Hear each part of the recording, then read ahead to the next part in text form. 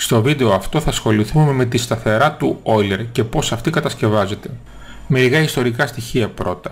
Πρώτη αναφορά γίνεται το 1618 σε μια εργασία του John Napier, χωρίς όμως να υπολογιστεί η σταθερά. Η μελέτη της σταθεράς έγινε από τον Jacob Bernoulli το 1685.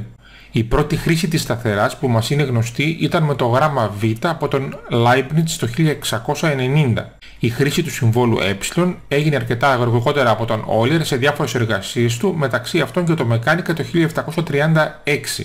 Ο Euler ήταν μαθητής του Johann Bernoulli, αδερφού του Jacob Bernoulli. Η οικογένεια των Bernoulli μετράει 8 διακεκριμένους μαθηματικούς, όλα παιδιά των Johann Bernoulli και Jacob Bernoulli. Θα ακολουθήσουμε τα βήματα του Jacob Bernoulli όταν μελετούσε τον ανατοκισμό. Ξεκινάμε λοιπόν με ένα λογαριασμό με αρχικό κεφάλαιο εκκίνησης α0 και επιτόκιο 100%.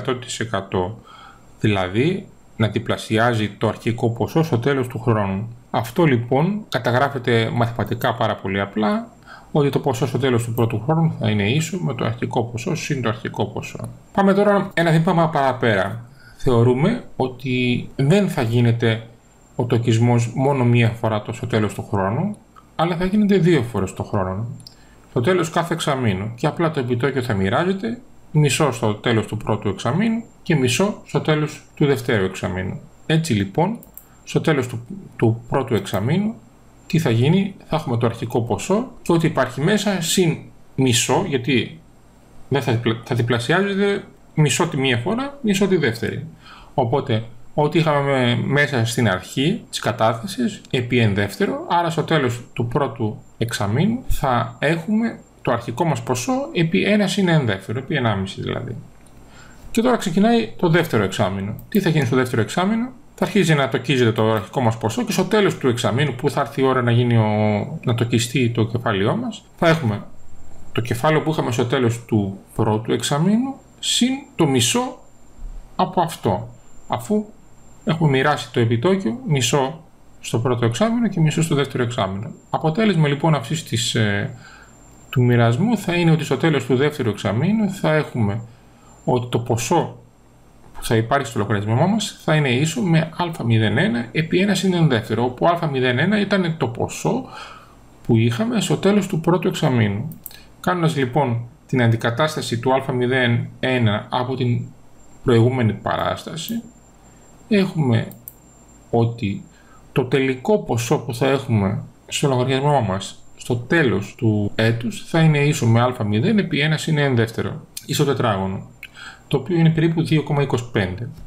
Βλέπουμε λοιπόν ότι τοκίζοντας για 2 εξάμηνα αντί για μία φορά το χρόνο, αυτό που παίρνουμε πίσω είναι αρκετά σημαντικότερο. Επεκτείνουμε λοιπόν το συλλογισμό μας και αντί να έχουμε διαμοιρασμό του χρόνου σε 2 περιόδους, μία φορά ανά εξάμηνο, το επεκτείνουμε στο μία φορά το μήνα.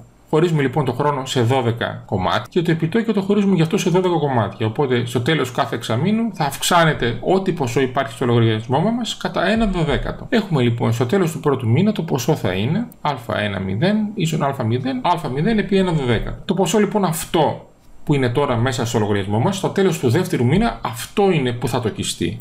Οπότε στο τέλος του δεύτερου μήνα θα έχουμε το ποσό που είχαμε στο τέλος του πρώτου μήνα συν το 1/12 αυτού, και κάνοντας την αντικατάσταση από την πρώτη παράσταση βλέπουμε ότι στο τέλος λοιπόν του δεύτερου μήνα το ποσό που θα έχει ο λογαριασμός μας θα είναι ίσος με α0 επί 1 συν 1/12 στο τετράγωνο. Βλέπουμε λοιπόν ήδη να δημιουργείται μια επανάληψη, όπου η διαφορά που υπάρχει μεταξύ του πρώτου μήνα και του δεύτερου μήνα στην μαθηματική παράσταση είναι απλά ένας εκθέτης. Στον πρώτο μήνα έχουμε α0 επί 1 συν 1/12 στην πρώτη, στο τέλος του δεύτερου μήνα το ποσό είναι α0 επί 1 συν 1/12 στο τετράγωνο.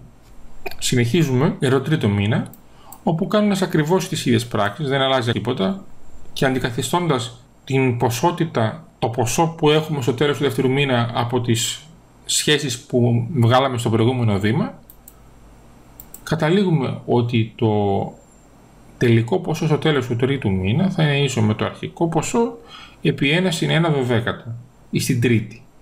Βλέπουμε λοιπόν ότι όντως η επαναληπτικότητα του τύπου συνεχίζεται και απλά αλλάζει μόνο ο εκθέτης. Στο τέλος του 12ου μήνα το ποσό θα είναι ίσο με α0 επί 1 συν 1 δωδέκατο ή στην 12η. Και κάνοντας τις πράξεις, το τελικό ποσό είναι 2,613035 φορές το αρχικό ποσό. Σημαντικά μεγαλύτερη αύξηση από αυτή που θα είχαμε εάν γίνονταν ο τοκισμός μία φορά το χρόνο. Οπότε το επόμενο εύλογο ερώτημα είναι, αυτή η αύξηση γίνεται επάπειρον? Αν χωρίσουμε δηλαδή σε 365, σε 1000, σε 5000, σταματάει ποτέ αυτή η αύξηση? Το ερώτημα αυτό είναι πάρα πολύ εύλογο. Για να απαντήσουμε σε αυτό το ερώτημα θα πρέπει να απαντήσουμε τι ακριβώς γίνεται σε αυτήν την παράσταση όταν το νη γίνεται πάρα πολύ μεγάλο. Ή όπως λέμε στα μαθηματικά, όταν το νη τίνει στο άπειρο. Η διαδικασία, δηλαδή, αυτό που πρέπει να κάνουμε είναι να βρούμε εάν υπάρχει το όριο της προηγούμενης παράστασης. Πραγματικά το όριο αυτό υπάρχει, θα το αποδείξουμε σε άλλο βίντεο, και το όριο αυτό είναι ένας πραγματικός αριθμός και τον συμβολίζουμε με το γράμμα ε.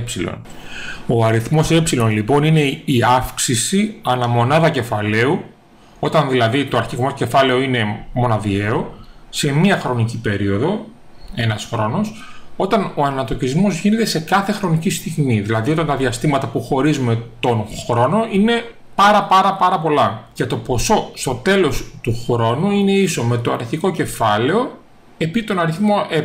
Η διαδικασία αυτή δεν αφορά μόνο χρηματικά ποσά, αφορά οποιαδήποτε διαδικασία όπου το παραγόμενο προϊόν εντός εισαγωγικών είναι σε θέση να παράγει και αυτό αποτελέσματα. Παραδείγματος χάρη, μια τέτοια περίπτωση είναι οι πληθυσμοί. Παραδείγματος χάρη, ένας πληθυσμός μικροβίων. Κάθε μικρόβιο που δημιουργείται, παράγεται, είναι σε θέση την επόμενη στιγμή να παράγει και αυτό αποτελέσματα. Γενικά οι πληθυσμοί ακολουθούν μια εκθετική συνάρτηση με απλά διαφορετικό συντελεστή. Τι θα συμβεί λοιπόν αν το αρχικό επιτόκιο δεν είναι 100% αλλά ένα τυχαίο ποσοστό χ, όπου χ οποιοσδήποτε αριθμός, θετικός ή αρνητικός, όπου θετικό σημαίνει αύξηση του κεφαλαίου και αρνητικό σημαίνει απομείωση του κεφαλαίου.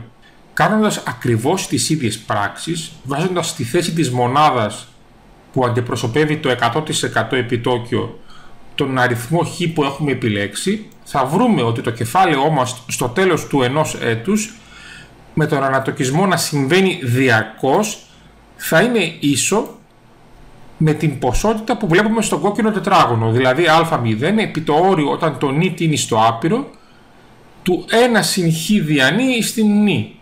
Όταν μία ακολουθία συγκλίνει όπως η προηγούμενη παράσταση, τότε και κάθε υπακολουθία συγκλίνει. Οπότε αν στη θέση του νη βάλω νη επί χ, όπου το χ είναι ένας σταθερός αριθμός, μια σταθερά δεν εξαρτάται από τον αριθμό νη, τότε η παράσταση μέσα στην παρένθεση θα γίνει 1 συν χ δια νη επί χ ή στην νη επί χ.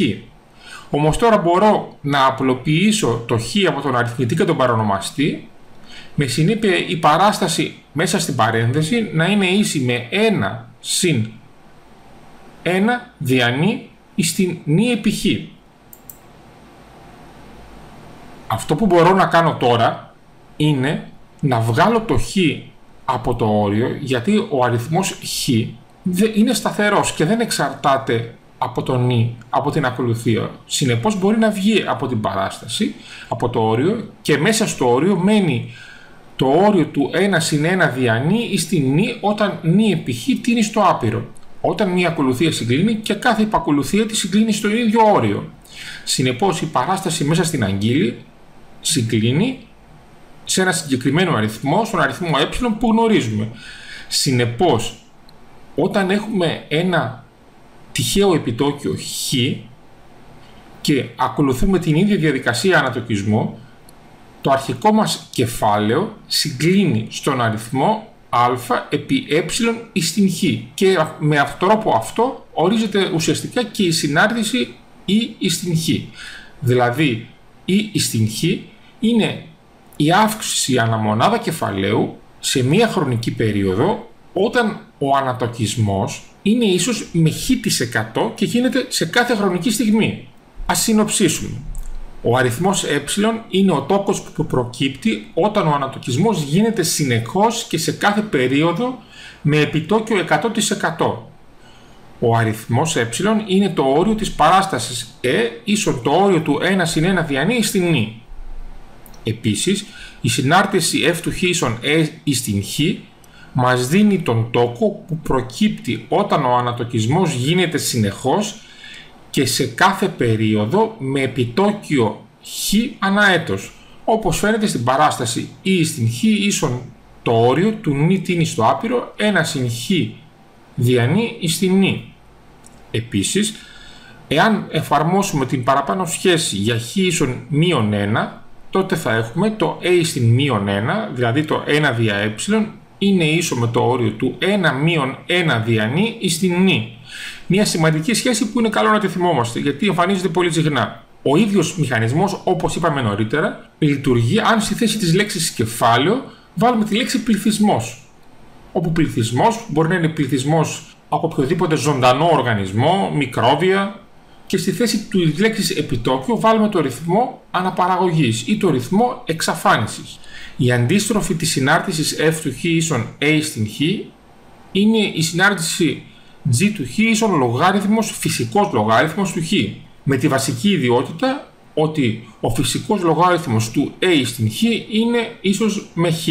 Δηλαδή, είναι ο αριθμός που πρέπει να υψώσουμε το ε για να πάρουμε τον αριθμό χ. Φυσικά, ο φυσικός λογάριθμος της μονάδας είναι το 0, αφού η στην μηδενική μας δίνει μονάδα.